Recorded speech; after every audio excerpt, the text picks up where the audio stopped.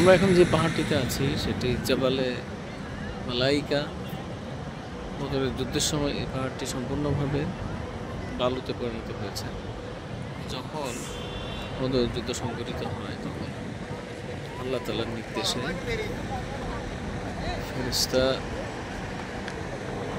ফেরেশতারা আসছিলেন এই পাহাড়ের উপর দিয়ে। আর যখন আসছেন তখন এই পাহাড়টি সম্পূর্ণরূপে বালুতে পরিণত হয়ে গেছে। এটা সেই সময় থেকে এখনো পর্যন্ত এইভাবেই আছে, আলহামদুলিল্লাহ।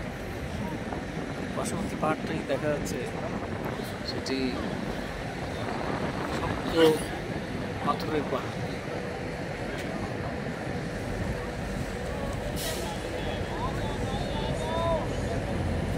শক্ত পাথরের পাহাড়। আর এই পাশে হচ্ছে আমাদের জাবালে মালাইকা।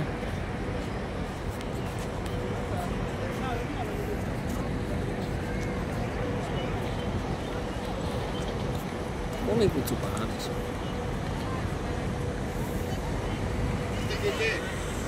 ফেরেশতাদের প্রত্যক্ষ সাহায্যের মাধ্যমে বদরের যুদ্ধে মুসলিমদের বিজয় এসেছিল, তার এই নিদর্শন এই পাহাড়।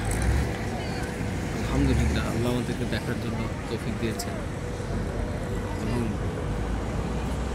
আপনারাও ইচ্ছা করেন যেন আল্লাহ যেন আপনাদেরকে কবুল করেন এই পাহাড়টি দেখার জন্য, এবং আল্লাহর এই নিদর্শনগুলো যেন আমরা দেখে আমাদের ঈমানকে আরও বেশি মজবুত করতে পারি। আমাদের ঈমানের শক্তি আল্লাহ যেন আরও বাড়িয়ে দেন।